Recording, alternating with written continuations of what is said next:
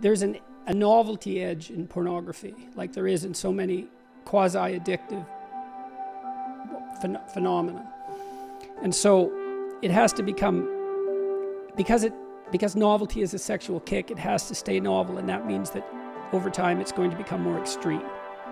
So that's not good. Well, so how do you resensitize yourself in some sense? Well, you stop. You stop. And then hopefully you recover.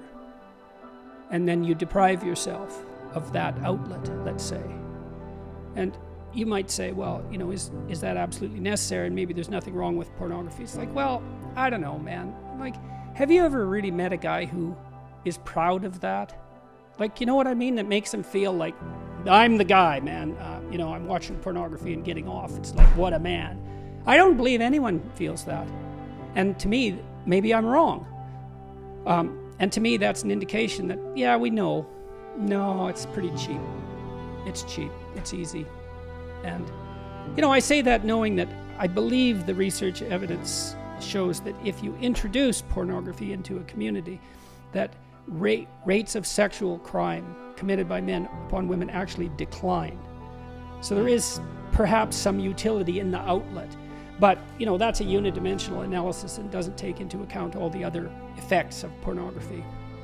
So, including the ones you described. And I think that those are real. It makes sense that they're real, you know, because it's super satiation. And it's a non-trivial technological problem. You know, it's now possible for young men to look at more beautiful nude women in one day than any man has ever seen, you know, prior to 10 years ago, 20 years ago, than any man in history had ever seen. That's not nothing. That's something. And to think that doesn't do anything to you, it's like, no,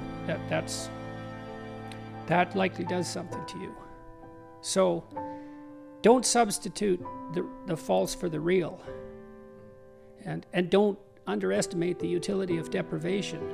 You know, what do we need to drive us forward to have the adventure of our life? You know, well, some deprivation, that's for sure. That heightens desire and drive. And maybe you need that. You're afraid to approach a woman. Well, you remove part of your drive with pornography. And so now you don't have that sexual urge to overcome that anxiety. And so you stay timid for your entire life. You know, maybe not, but maybe. Part of it is also really understanding in some way that there's no escape. You know, there's no safe path. There's a noble path.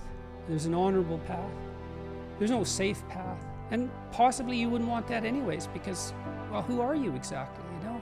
Look at you, you know, warrior stock. Every single one of your ancestors has stayed alive for 3.5 billion years. It's like, good work, man. That's a lot. And so, what makes you so sure you're built for safety? What makes you so sure that that's what we should strive for? And then if you want adventure, I'll tell you what an adventure is. You tell the truth as nearly as you can, and you'll have the adventure of your life. That's for sure.